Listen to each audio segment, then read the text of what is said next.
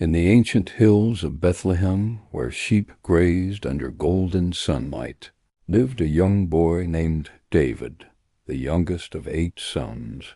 He was small, gentle, but brave. His hands, though young, were steady, skilled at the harp and the sling. Every day he watched over his father's sheep, sang to the Lord, and dreamed of doing great things for his people. But beyond those quiet fields, the nation of Israel faced a terrible enemy, the Philistines, warriors feared for their strength and cruelty. And among them stood a giant, Goliath of Gath, a man over 9 feet tall, armored from head to toe, his spear like a weaver's beam, his shield shining like the sun. Every morning for 40 days, Goliath came out to the valley and roared, "Send me a man to fight me. If he defeats me, we will serve you. But if I defeat him, you will serve us." His voice echoed through the hills like thunder, and fear filled the hearts of Israel's soldiers. Even King Saul, tall and mighty, trembled at the thought of facing him. No one dared to move. Then came David. He was sent by his father Jesse to deliver food to his older brothers at the battlefield.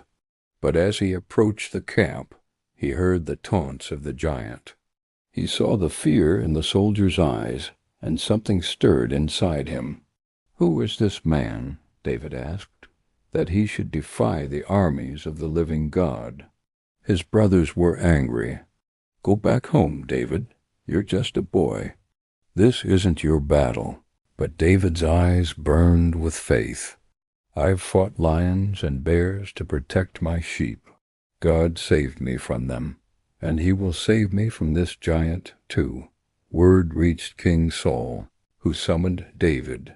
The king looked him over, the shepherd's staff, the sling, the simple clothes, and shook his head. "You're too young," he said. "This man has been a warrior since his youth." But David replied, "I have faced beasts in the wilderness.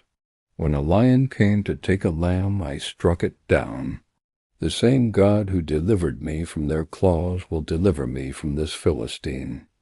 Moved by his courage, Saul said, "Go, and may the Lord be with you." He offered David his royal armor, but David refused. He tried walking in it, but it was too heavy. "I can't fight in these," he said.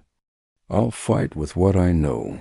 So David took only his sling, his staff, and chose 5 smooth stones from the brook.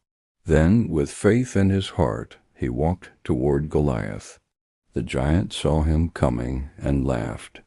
"Am I a dog that you come at me with sticks? Come closer, and I'll feed your flesh to the birds." But David's voice was calm, strong, and full of fire. "You come to me with sword and spear, but I come to you in the name of the Lord Almighty, the God of Israel, whom you have defied. Today the Lord will deliver you into my hands, and the whole world will know there is a God in Israel." The armies watched in silence as the boy and the giant faced each other in the valley. Goliath raised his spear and charged. David ran forward, quick, fearless, and reached into his pouch. He took a stone, placed it in his sling, and swung with all his might. The stone flew through the air and struck Goliath right on the forehead. The giant stopped, staggered, and fell face first to the ground with a mighty crash. The earth trembled. The Philistines froze in shock. The boy had won. David ran to him, took Goliath's own sword, and lifted it high, a symbol that faith and courage can overcome any fear, that no enemy is too great when God is on your side. From that day on, David was no longer just a shepherd boy. He became a hero, the boy who defeated a giant, the man who would one day become king of Israel. Moral of the story: true strength isn't found in weapons or size. It's found in faith, courage, and purpose. Every giant you face is a chance to prove what's inside you. When you trust in something greater than fear, you'll never lose a battle that truly matters. If you were inspired by this story, don't just scroll away. Subscribe to this channel for more life-changing stories of courage, wisdom, and faith. Let's grow together in strength, belief, and purpose.